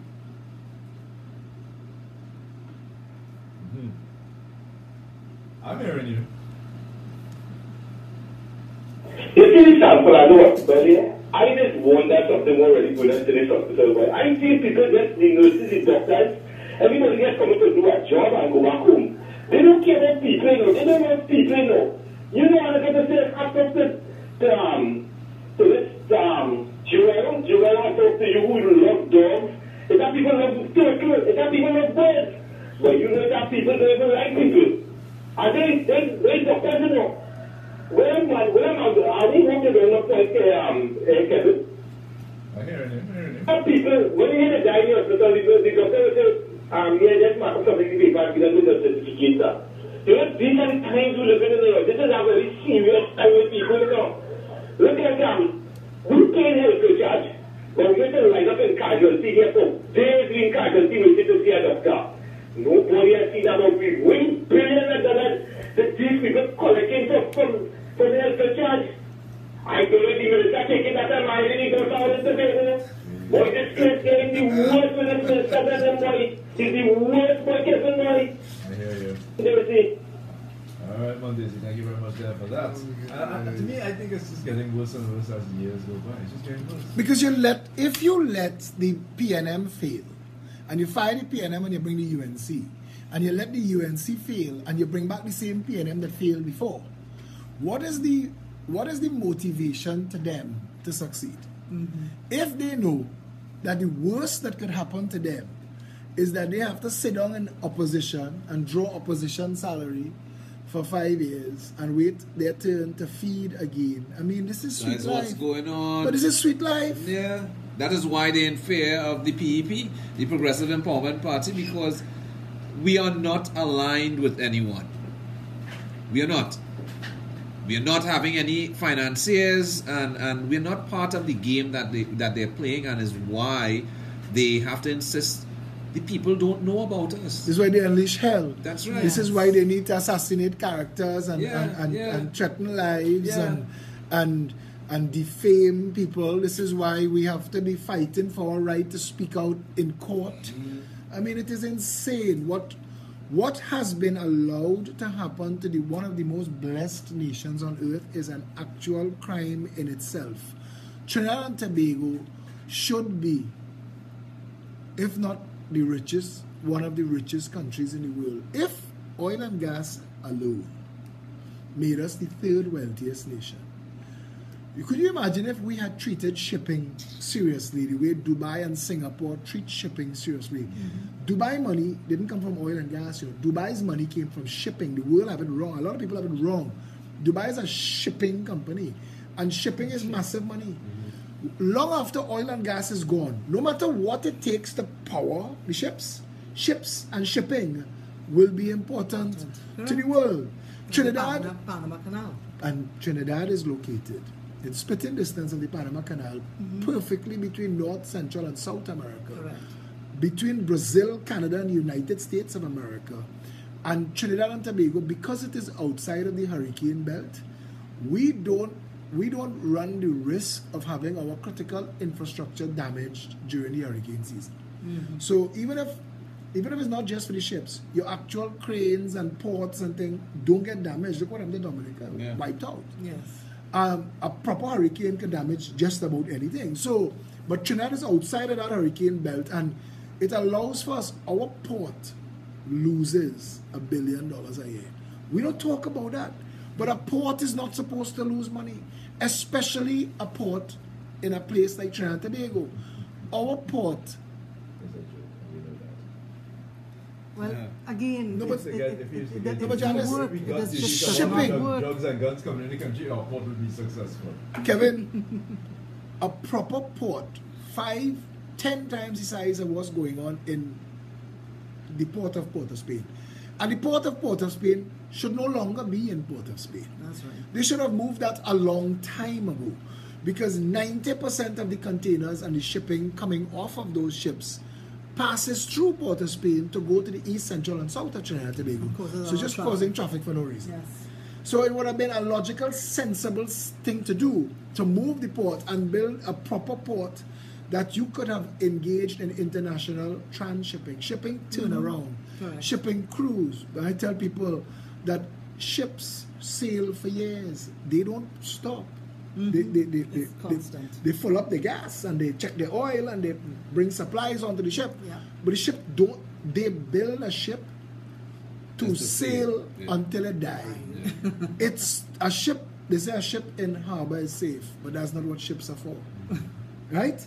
And that those ships, they just go from port to port to port, dropping off, picking up as they go. Yes. And that if you understood that you could be shipping to Australia a container of goods, and that from Trinidad, one ship takes it from Trinidad to Miami, a next ship takes it from Miami to England, another ship again takes it from England to China, and a ship from China to Australia. Those are 4 different ships Yes. that your container went on and off, and that's how shipping works. If you see, there are the documentaries on Singapore's port. Singapore's port is amazing to watch in action. When a ship is coming in, there is a person responsible for the ship docking. And from the time the ship is docked, there's a relay to go back to him straight in. He's responsible for the ship docked, and he's responsible for getting the ship back out of the dock. But there is a time when the ship is at the port, there are 2 bosses. And they call bosses, Boss 1 and Boss 2. Boss 1 is to take the containers off the ship that stay in here. And boss 2 is to put the containers on the ship that go in with it. And they measure time as money. That every extra minute the ship spends in the port costs them millions of dollars, and that it could have spent on the sea. That's right. Right? They can accelerate and all this kind of stupidness is a massive ship. But to watch them, that the moment the ship comes in, the people responsible for taking the containers off the port, they've done identify those containers and move them in at such a rate so that this guy who's in charge of putting, he comes and put the containers on and then they pass it back on and the ship gone. And that just earned that port a couple $1 million well. Right. And that's a massive business. All those containers sitting on the port, coming and going, all of them paying a rent. Yeah. All of them paying money. We could be making that money, Central, South, North America, through the Panama Canal. The Panama Canal is so important to world shipping. They just spent $1.5 billion US and doubled the size of it. They've doubled the size of the Panama Canal because they know that ships are getting bigger. Every time they build ships, they're building them bigger. There don't seem to be a limit, I guess. And they're just building them bigger. So the Panama Canal was doubled in size. And they spent, we spend that money on our port. The money they spent to double the size of the most important shipping channel in the world, we spend on our port every year for nothing. We get nothing in return. We have continuously had a conversation about PNM thief more, UNC thief more, PNM less worse, UNC less worse. And that foolish conversation has allowed the port to fail. Yeah. It has allowed the police service to become the criminal gang that the PCA says that it is.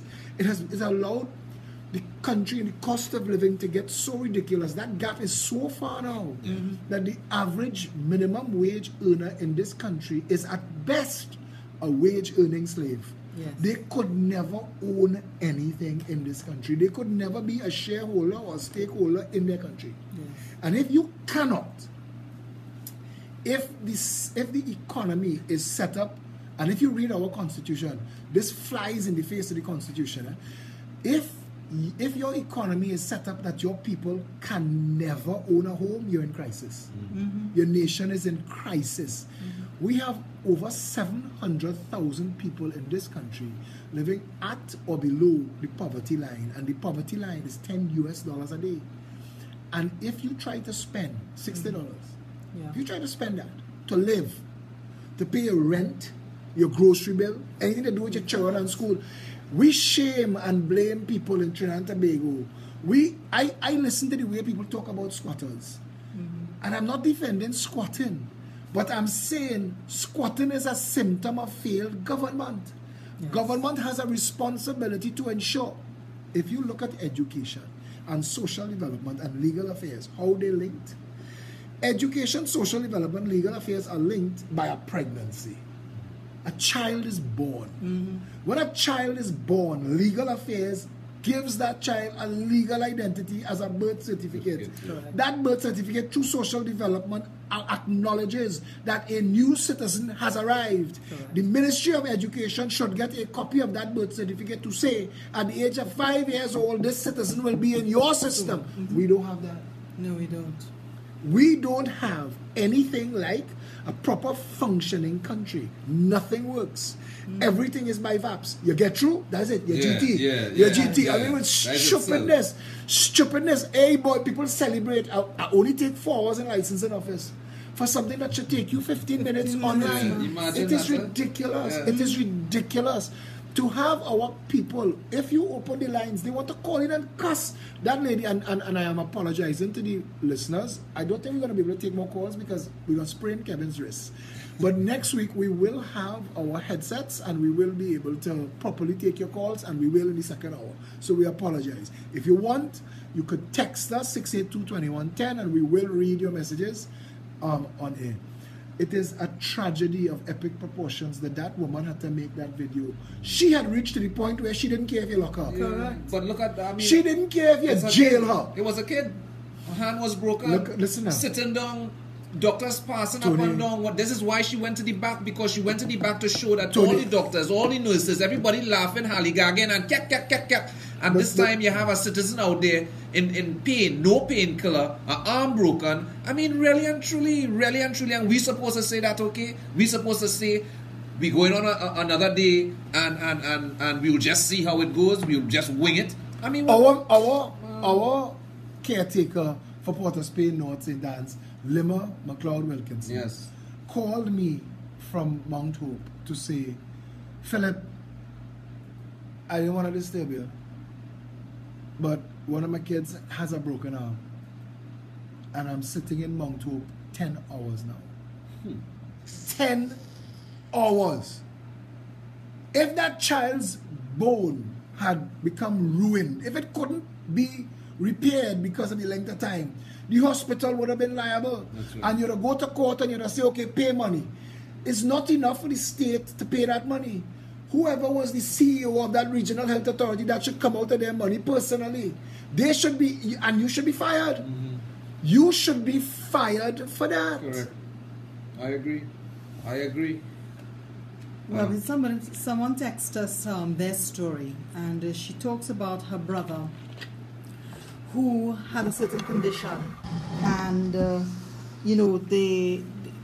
Port of Spain General Hospital could do nothing for her brother, and a Dr. Collimo at Victoria Nursing Home was able to assist. But guess what?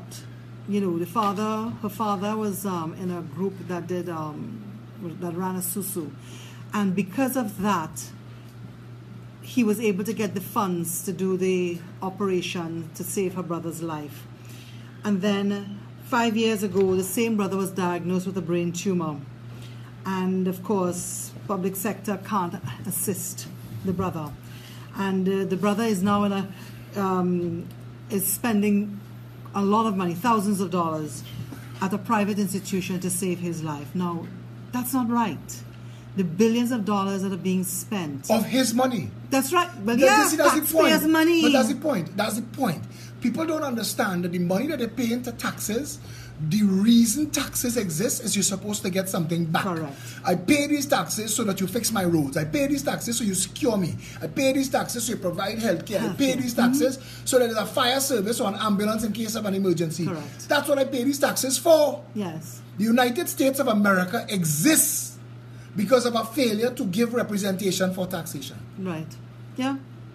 And it's really, really unfortunate that the citizens of Trinidad and Tobago need to understand we are paying every month. They take the tax out of your salary to do the various services for the people. Everything you buy has tax in it. But we pay Everything you additional buy- tax. No, but everything you buy- Additional tax we're paying. VAT is additional tax. but the cost of every single thing you buy, that phone in your hand, everything you buy has an import duty attached to it as a tax. Correct. And that's 25, 35, 50% of the value. Correct. So you're buying something and paying 35, 50% of the value in tax. Yes. You expect to get something in return. Every time you put gas in your car, I you're paying a remember that. road tax. Correct. And that road tax is supposed to fix the road. Look at the condition of our roads. It is an insult. Yes.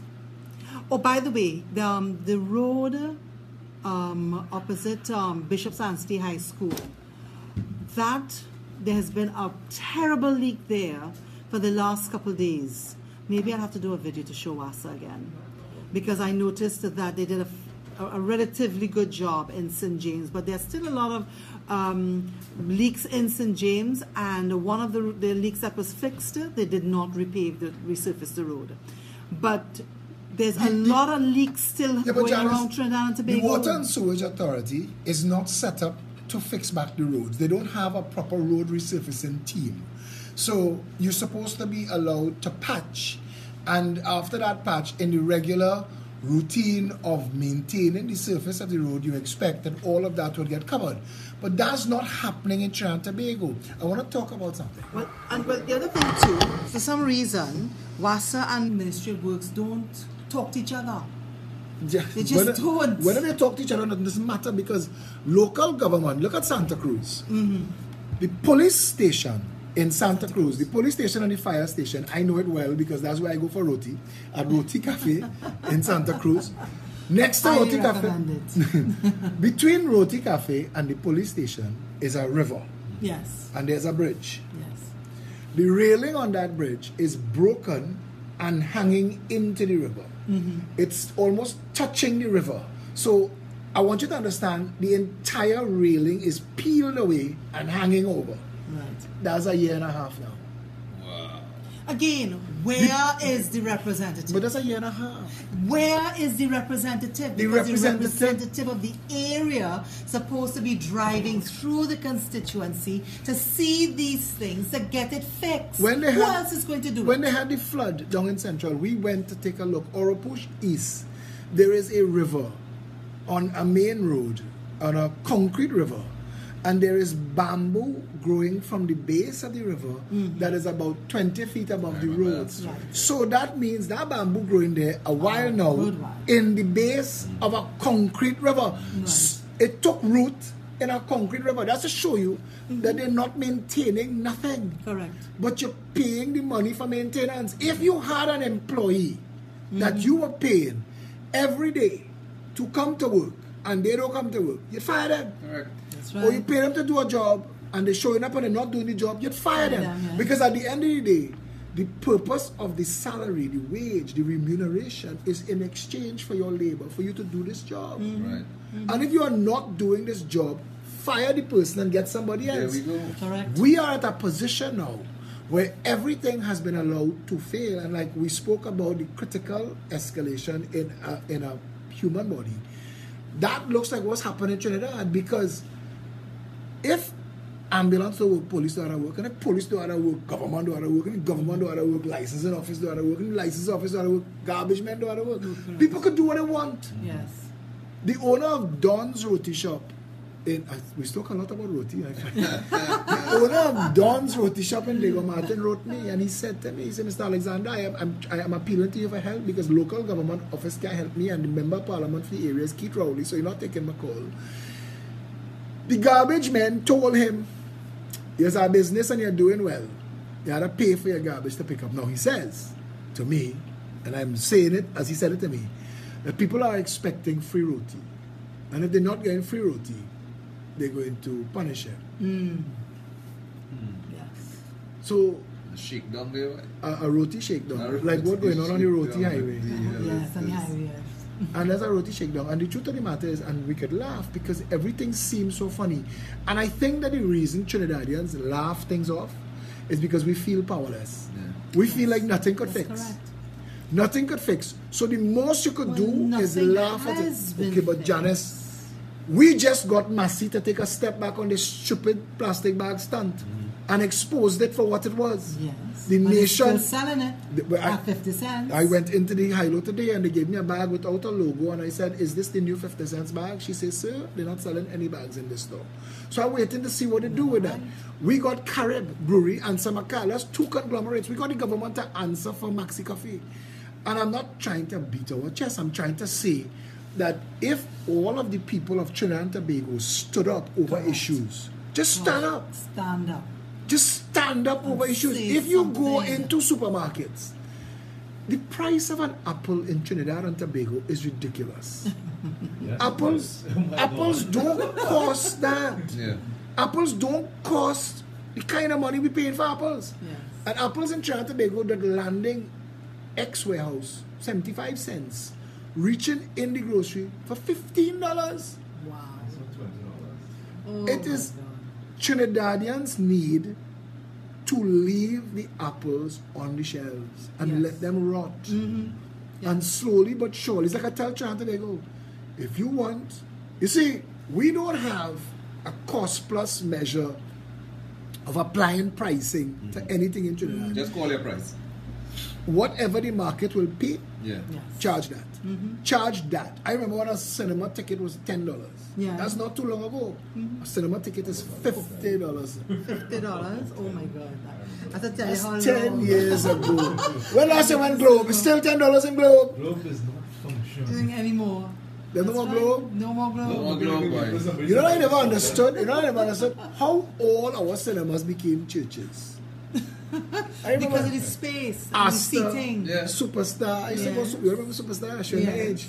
Yes. I was like, Hey, boy, you want to play spring chicken? But it's like when Yeah, look at you now. I was a little boy. a breadfruit, right? $101 for breadfruit That's madness. in Hilo. Madness. That is madness. No, listen. You cannot allow it. Trinidadians need to stand up and leave it on the shelf. Okay, so let's get That is what they let's need get to to do. this point here. We We have a kind of raised the price $2. There was Vex ready to ban KFC, ready to boycott KFC for a day only. but that's the national bird of Trinidad and Tobago. And KFC was like, I dare they don't come here for the week. A whole week, don't come here. But all people had to do was You stay like that one, away eh? from KFC. KFC is the and national KFC bird. would have had to drop the price. Listen. So one day KFC was like, we But of all the need things- a break to restock, but you're welcome back. Kevin, of all the things to protest, we protested KFC, and Yes, we did. that shows you. But you know what it is? I think we have a kind of false pride, and we have shame for the wrong things. Trinidadians need to say a kitchen material. Yeah. It rough. Let it be known. It rough. I in debt, my mortgage, I can't pay my mortgage, or I can't pay my rent, business suffering, I can't get foreign exchange. Talk to one another, stand together. I cannot understand the price of oil is now in the stratosphere again and people still can't get foreign exchange. What are they doing with the foreign exchange? And who has the money in this country to buy all the oil money foreign exchange? Yeah. Do we have an alternate economy running in Trinidad and Tobago? Where is the central bank governor? Who is the central bank governor? I don't think I've heard Good from question. that person speak on any matters. That's the job he's supposed to do. Do as you're told, say nothing. Don't go and stand up and say you want to answer questions to the public. When we bad talk you, you're supposed to sit quietly. Like the guy who's there now, he's doing his job. Sitting quietly, taking his money. Drawing salary under false Just pretenses. doing what he's told. Yeah, Kev, you hit that day nice. I like that. Who is supposed to stand up for the people? I had to tell a judge, and I had to say to the judge, say, Honor, I occupy a unique space in Trinidad and Tobago. People like me, we are the ones who ring the alarm bells. We say that this that is going on is wrong, and these people who are supposed to have oversight and fix it, they're not doing their jobs. So that's the critical problem, that the two sides are failing. This is wrong, and oversight is failing. And were it not for the activists, if it wasn't for Gary Aboud and Fisherman and Friends of the Sea, you think Trinidadians would know that we are literally, and when you understand the irony of the fact that because of that repo forest, there is an EMA. The EMA exists to protect that forest. Exactly. And they've allowed the government to remove the forest to build a highway that nobody needs. To this date, nobody can explain who that highway is supposed to serve. Boy, you're going to raise my blood pressure. That right there, you're raising my blood pressure. Because you're talking about, this is a protected forest. You're talking about an institution such as the EMA who was earmarked to protect that said forest, that said area. And then you are having the same institution give approval to a contractor to come and rape the whole damn thing. But my point is, if Gary Aboud isn't in court fighting to save the forest, who is? I wrote an article. The same Gary Aboud was sitting down under a tent on the Foreshore Freeway opposite the complex when they were talking about building Movie Town, where Movie Town is. People don't understand mangrove and how critical mangrove is to the environment. Mangrove trees take salt water and purge the salt out of it. Mangrove trees are a special coastline defense. And I remember the Minister of Works then Sadiq Bar saying we will move them from here and put them there. You can't do that. It doesn't work so. And they were trying to, there was a lot of things involved in the building of that movie town there opposite the stadium. And I remember that I wrote an article called The Plight of the Hairy Blue Crab. Because one of the videos I saw were fishermen holding these blue crabs that live among the mangrove, Right. and they say that they are now becoming endangered and they're critical. Right. And I wrote an article called The Plight of the Hairy Blue Crab, and I said Trinidadians are very environmentally conscious. We are going to fight for the hairy blue crab unless what we want more is our right to entertainment. And if we want a Cineplex to build there, even if it have to build on the crushed shells of hairy blue crabs, that's the hypocrisy of a Trinidadian. Yeah. It's unfortunate though. Well, They went to do some work up on the North Coast, and the bulldozers went and destroyed all the turtle eggs in the sand. Yeah, but and they knew they were there, but they said they have a job to do. They want to get the money, so everything got destroyed. this is a country where, on a long weekend, if you need to tear down a national heritage site, because that's what they do, all the buildings that are earmarked as heritage sites, the Greyfriar Church in town, Frederick Street. Bagshot House Hotel. You remember Bagshot House? Yes. Bagshot Yeah, House. of course. There was another Right one next to World Park. down in Couva. There was this house and all you have to do is wait for a long weekend and send the bulldozers in there because nobody walk here. That's right. News ain't walk here. You call the news. Well, nobody ain't here, you know. And that's what happens in Trinidad and Tobago. So when you wake up Monday, Darius Salam has been leveled. That's wrong, the Savannah. And they level it. What was done to Gingerbread Cottage by the billionaires who bought it is an obscenity. It wasn't. It was just, and you know what? That obscenity is just the less obscenity to them coming and demolish it. Yeah. And there is a house, one of the Magnificent Seven. I took video the other day, and I couldn't believe standing outside that we are such, I don't know how to describe how incapable we are of respecting ourselves. I love to know that the next generation could get a better Trinidad and Tobago because we were here. Why aren't we all thinking like that? We have been numbed. That's the problem. Numbed is not the word. Hundreds of millions of dollars have been spent on Stallmeyer's Castle to make it a wing of Whitehall, which is the Prime Minister's office. Right. Now Whitehall is collapsing. Correct. So it's no longer the Prime Minister's office. The Prime Minister's office is in St. Clair. Just spend money now, man. But why aren't we Somebody getting a rent. But why aren't we donating those buildings to the Heritage Trust and making them museums and charging people? Yesterday I read the British monarchy earns England £400 million a year in tourists. They come to see Buckingham Palace. Yes. They come to see Windsor, and we have our Magnificent Seven. Knowlesley, that is the Ministry of Foreign Affairs. I mean, they're destroying that building to use as a government office. And we cannot continue to allow this kind of mayhem and madness masquerading as leadership in this country to continue. The entire Queen's Park Savannah should be created as a place for people to come and spend time. There should be places for people to stop and eat, and instead we just have it as a roundabout. And we don't care anything anyway. The zoo mash it up, the botanical mash it up. We don't care. How do you get us as a people to care? Which one must come first, the chicken or the egg? Is it the leadership of the country must demonstrate vision and compassion so that the people will follow, or should the people try to find leaders of vision and compassion to put into office? Have we been, as you say, dumbed so far down? That's right. That we just can't tell what we're supposed to be, That's what we're what it supposed to is. demand. That is what it is. Yeah. 50 plus years you're talking, man. 50 plus years the giving readers juice to drink. The people are lost. They have no direction. They don't have belief in anyone that comes to the playing field to say, well, hey, we want to bring change. And again, like you said earlier in the show, they look at a politician, the first thing, same khaki pants, same thing we're going to be dealing with. The talk, a nice talk. Look, yesterday we did the walkabout in Belmont. Met this guy in the store, and he went on and on and on, and he's like, you tell me why I should vote for you. Tell me what it is you really bring into the table. You're coming with a silver tongue and you're talking nice, right? We pull out. What's good to hear in a few months anyway. But we pull. But wait.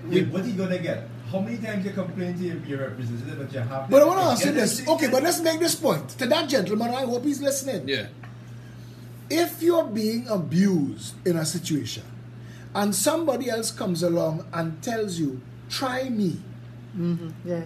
The worst that could happen is you could be abused again. But there is a chance that you could not be. Right. That's right. If you stay with what... No, that's not true. We enjoy our bullshit soft and runny. Listen. Listen.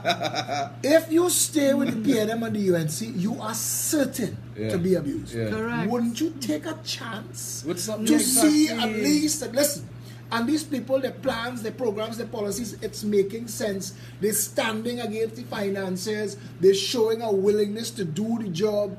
Maybe I get involved with them. Maybe we get a better country. Worst case scenario, same abuse. Well, just to show the level of BS that we've been dealing with as a society. Look, when COP came around, everyone thought that they were hope, only to find out after the fact that they were in bed. They had no other choice, be in bed with UNC. And create this PP business. No, well, a lot of people who was part of the Congress of the People at that point, they were fooled and led astray because Winston Dukaran is not the man that Winston Dukaran portrays himself to be. And I will leave it there for that. But there are a lot of good people who were in the NAR, who was in the Congress of the People. Listen, Trinidad cannot see its politics from a personality point of view. This is not a beauty contest. This is not, don't vote for me because you like me. Vote for me because you think that I will get the job done. Vote for me because you think the roads will get paved, the hospital will work, the education will deliver, you'll be able to afford a home, the cost of living will come down, that small business could develop, that we open up the market, that we have plans and visions, secure the border, stop the drug trade, end the human trafficking and the gun trafficking, create environment where hope and opportunity could take root and prosper. This is what we're talking Vote about. for that. This is what we're talking about. And I want the people of Trinidad and Tobago, when the other parties come to make promises to you, ask them based on your track record. Why didn't you do this when you were in office? Thank you very much. The Bastille Pandey who know that we need constitution reform. No, we know that. He didn't know when he's playing golf with the Nations team. Yeah, exactly. When you fire, they have a saying in Trinidad, don't swallow back vomit. And it's hard like that. If the Progressive Empowerment Party is hired to government and we fail to deliver, fire us. And don't just fire us, never hire us again. That's right. When you fire somebody, it is because you failed. I agree. Next man. I agree. Here. This was the inaugural, this was the inaugural episode of Wake Up Call. I was joined by Janice Lemon Cricket, PRO of the Progressive Empowerment Party, and Tony Defoe, recovering loveaholic. He is the head of PEP Media. Of course, our producer, Kevin De Freitas. Thank all of you who were with us this morning, watching us on social media, listening to us on the radio. Janice, is there anything you would like to say before? Yes, I would like for the public who is listening, please post on social media your issues, highlight your issues. You will find that by doing so will bring your issues out into the public space and hopefully get resolved. So please use social media to the max. Yeah, Tony? Yes, Trinidad and Tobago, thanks a lot for having us this great, fine Sunday morning, and very interesting conversation we've had. Wish that we did have the opportunity to have a little more calls, but don't worry, next week we're going to sort that out. Again, Trinidad and Tobago, thanks again. Yeah, so the Progressive Empowerment Party, 3474-PEP, peptrinbago@gmail.com, peptt.com, PEP app available on all app sites for free to download. We meet every Saturday at noon, 19 Stanmore Avenue, and we're having a fundraiser curricule on the 30th of June. Kevin De Freitas has tickets to sell, so you can message him directly. And we're on social media, as Janice told you. Until we speak again, thank you very, very much, Kevin De Freitas, for human service on the producer chair. Stay safe, Trinidad and Tobago.